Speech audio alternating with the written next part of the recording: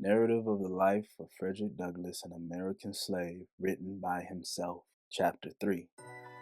Colonel Lloyd kept a large vine garden, which kept 4 men and the chief gardener almost constantly busy.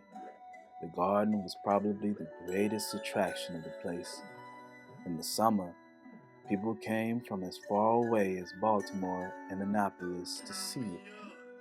It contained fruits of almost every kind, from the hardy apple of the north to the delicate orange of the south.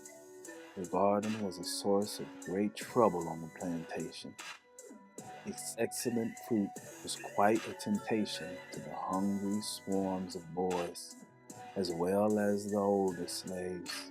Hardly a day passed during the summer but that some slave was whipped for stealing fruit.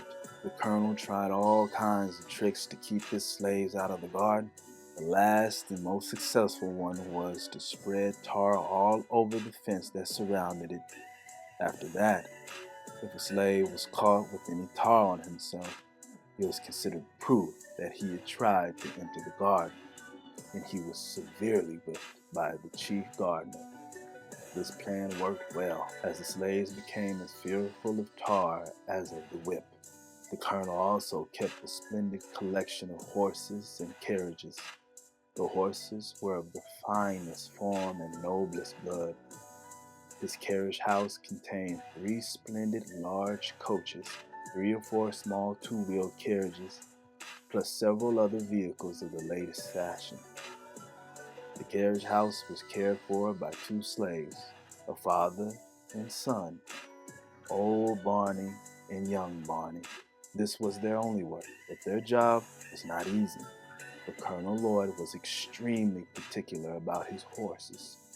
The slightest neglect of them was unpardonable, and the colonel constantly suspected such neglect. This, of course, made old and young Barney's jobs very difficult.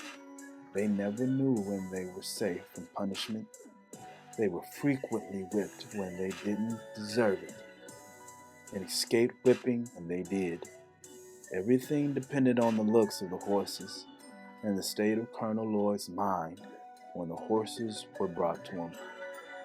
If a horse did not move fast enough or hold his head high enough, it was the keeper's fault.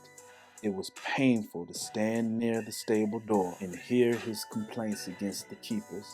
This horse has not had proper attention. He has not been rubbed or combed enough, or he has not been properly fed. His food is too wet or too dry. He was fed too early or too late. He is too hot or too cold. He has had too much hay and not enough grain. He has had too much grain and not enough hay. Instead of old Barney caring for the horse, he very improperly left it to young Barney. To all these complaints, no matter how unfair, the slave must never answer a word.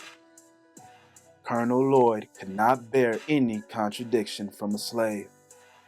When he spoke, a slave must stand, listen, and tremble.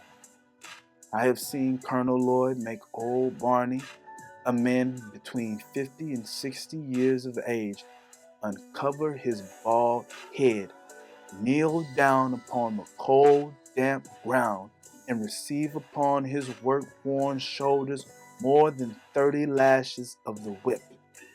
Colonel Lloyd had 3 sons and 3 sons-in-law.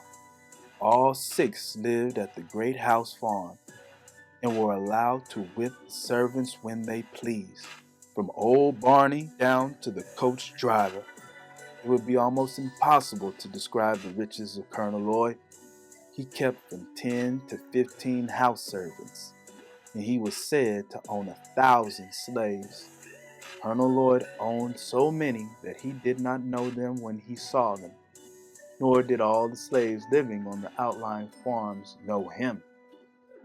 People say that while riding along the road one day, the colonel met a colored man. He spoke to him in the way white men usually did in the South. "Well, boy, whom do you belong to?" "To Colonel Lloyd," replied the slave. "And does the colonel treat you well?" he asked. "No, sir," was the reply. "Does he work you too hard?" asked the colonel. "Yes, sir." "Well, don't he give you enough to eat?" "Yes, sir. He gives me enough, such as it is," the slave answered. The colonel rode on, and the man also went on about his business, not dreaming that he had been talking with his master. He heard nothing more of the matter until 2 or 3 weeks afterward. The poor man was then told by his overseer that, as punishment for criticizing his master, he was being sold to the Georgia slave trader.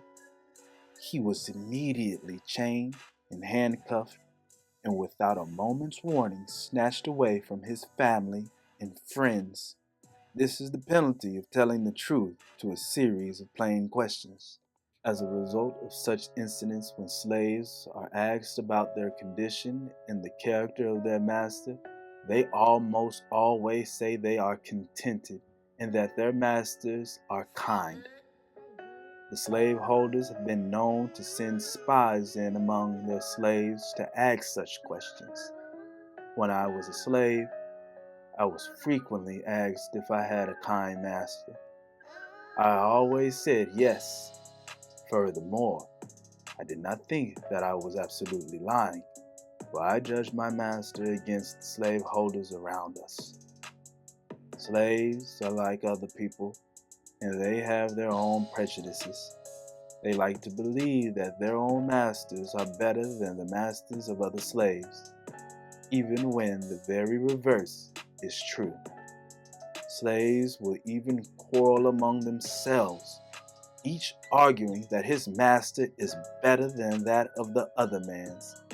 It was so on our plantation. When Colonel Lloyd's slaves met the slaves of Jacob Jepson, they seldom parted without a quarrel about their masters. Colonel Lloyd's slaves would claim that he was the richest, and Mr. Jepson's slaves would say that he was the smartest and more of a man. Colonel Lloyd's slaves would boast of his ability to buy and sell Jacob Jepson. Mr. Jepson's slaves would boast of his ability to whip Colonel Lloyd. These quarrels would almost always end in a fight, and the slaves that won were supposed to have proved their point. They seemed to think that the greatness of their master was somehow transferred to themselves. It was considered bad enough to be a slave, but to be a poor man's slave was a disgrace indeed.